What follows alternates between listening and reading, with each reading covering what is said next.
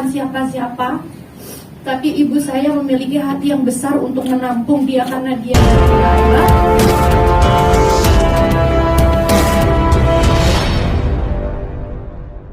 Saudari Riri Kasmita, dan kembali lagi saya selalu akan menghimbau nama orang tuanya karena waktu kami mengkonfrontir pertama kali kasus ini, saya ingat sekali betapa ibunya habis-habisan memaki-maki kami sebagai anak-anak yang tidak tahu diri, anak-anak yang tidak tahu berterima kasih karena merasa bahwa anaknya Ibu Nur Hasnisah yang dari Bukit Tinggi katanya menjaga ibu saya setiap hari, istilahnya membantu ibu saya.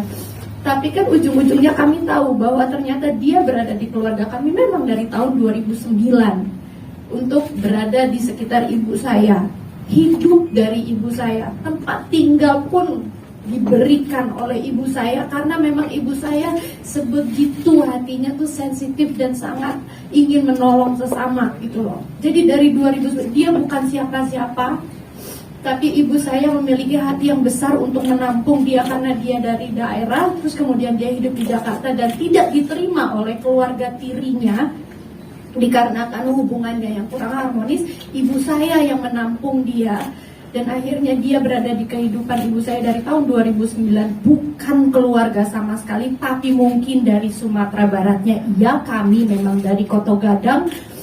Makanya saya menekankan di sini, ujung-ujungnya kami yang dibilangin bahwa kami adalah anak-anak yang tidak tahu diri, tidak menjaga ibunya dan mencari apapun salah dari kami gitu.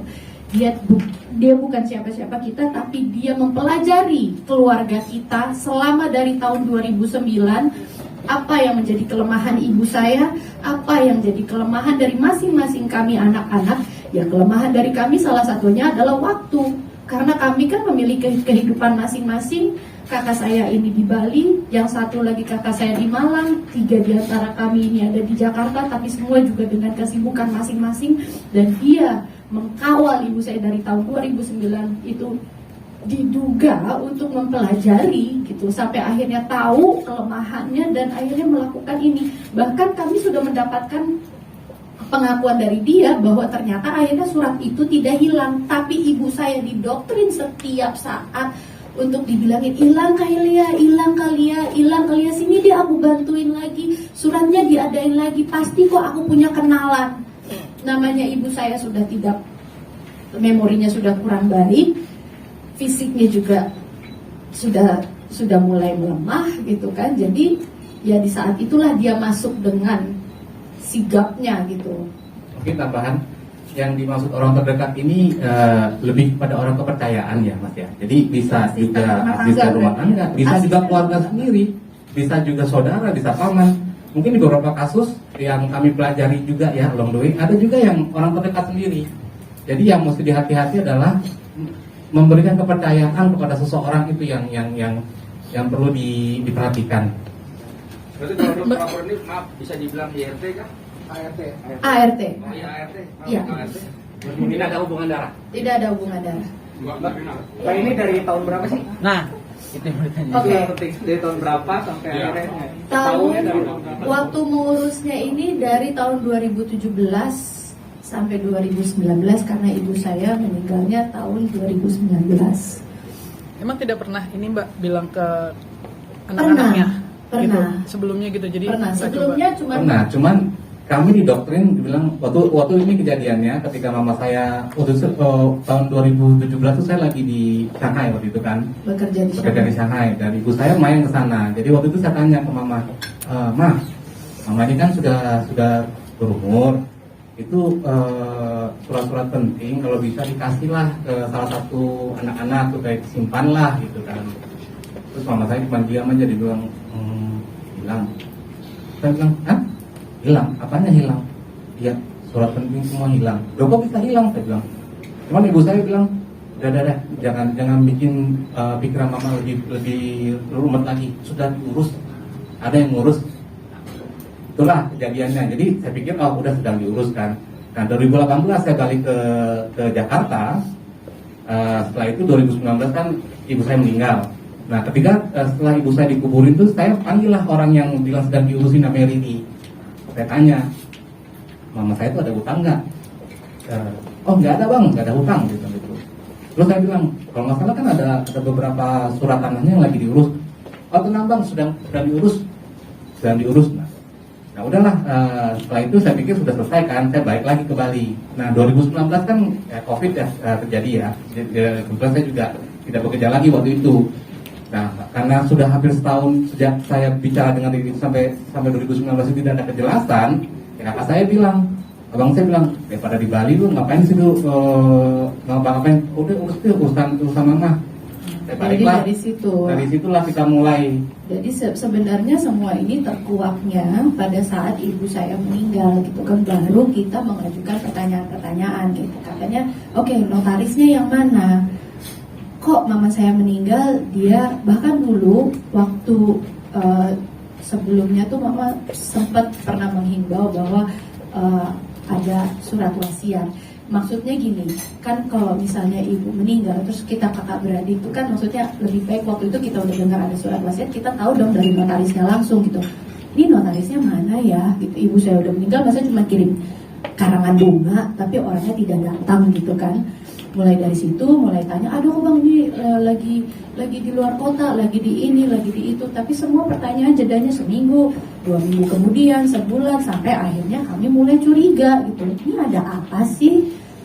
Tadinya awal mulanya hanya ingin kejelasan nih gimana gitu loh. Sampai akhirnya pelan-pelan kami pelajari gitu. Oke, kalau memang ini lagi diurus suratnya, mana bukti dari BPN-nya gitu kan, ada kalau surat lagi di pengurusan segala macam. Tapi mulai dari situ tuh gelagatnya kelihatan, pelan-pelan terbuka, pelan-pelan. Terus dengan abang saya juga langsung mengkawal terus tentang ketidakjelasan ini. Baru tuh dari situ kok mulai curiga ya, kok mulai aneh ya, kok mulai ada sesuatu ya gitu. Dari situ baru kita pelan-pelan terbuka, bahkan pernah ada surat palsu bahwa memang itu lagi diurus gitu loh. Kita sampai lihat, dulu kalau dari BPN kan mestinya harusnya ada ada barcode-nya, kok ini nggak ada. Nah dari situ tuh mulai kebuka, ada whistleblower, ada ini, ada itu, sampai akhirnya sekarang kita hire lawyer gitu karena kami ingin mengerti hukum. Kami juga tidak mau salah secara hukum gitu loh. Jadi ya ini sudah jelas ya, yang bermain itu nggak cuma orang. Ada pelaku, ada aktor intelektualnya, dan ada supportingnya juga. Jadi ya sudah jelas ini adalah suatu sindikat ya, yang sudah biasa untuk menggelapkan sertifikat ini sudah biasa. Jadi ada satu proses tuh ketika kami bertanya itu seperti yang disebut dari saya. Jika saya misalnya ke BPN nih misalnya, kan saya tuh udah dibuatin dokumen palsu ya. Nah ini jadi kita tuh otaknya, oh iya ya ini udah ini lagi valid. Kalau kita nggak tanya-tanya, kalau kita percaya saja, ya itu yang terjadi. Yang nyatanya kami tidak berdaya dengan mudah, itu aja. Ya silakan. Boleh. Yang menarik ini kan ada aktor intelektualnya pastinya. Ya. Mungkin pejabat-pejabat terkait sendiri sudah dilaporkan notarisnya. Sementara ini yang sudah kami laporkan, silakan mungkin dari diulang lagi lawyer kami ya. yang dilaporkan siapa aja mas? Ya, yang dilaporkan itu, kalau dilaporkan itu salah satunya adalah PPAD yang bernama Farida. Ya, pengetahuan kami terhadap PPAD itu sudah dilakukan penahanan. Ada tersangka lagi 2 orang PPAD lainnya, pertama Ibu PPAD Ina Rosaina dan Ibu Ridwan. Akan tetapi sepengetahuan kami sampai dengan saat ini belum dilakukan penahanan. Alasannya sendiri mungkin kenapa? Ya. Alasan sendiri mungkin informasi dari penyidik Belum hadir. Karena kan ini keterkaitan ya antara notaris satu dengan notaris yang Betul. Itu masih diterima karena pada saat dipanggil PPAT tersangka yang 2 orang ini tidak hadir. Itu informasi diterima. Karenanya sampai dengan saat ini belum melakukan penahanan. Karena itu kami mohon kepada teman-teman media untuk membantu kami mengawal ini perkara ini, apalagi kami mendengar informasi bahwa para keluarga yang korban ini saat ini sedang dilaporkan balik juga. Nah, kami khawatir jangan sampai nanti keluarga Nirina Zubir ini merupakan korban, nantinya bahkan sampai jadi tersangka. Jadi mohon bantuan teman-teman media untuk mengawal permasalahan ini. Mungkin kami menambahkan ya, mungkin masih ada pihak-pihak terkait lainnya, mungkin kami juga masih belum bisa menjelaskan sekarang ini, karena kami juga masih menunggu, itu penyidikan masih berjalan ya. Jadi karena ini kan juga ada kaitannya dengan digadaikan di bank segala macam ya. Jadi ya, pertanyaan tadi itu untuk sementara ini yang sudah kami identify adalah PPAT yang terlibat. Untuk yang lain-lainnya kita masih telusuri.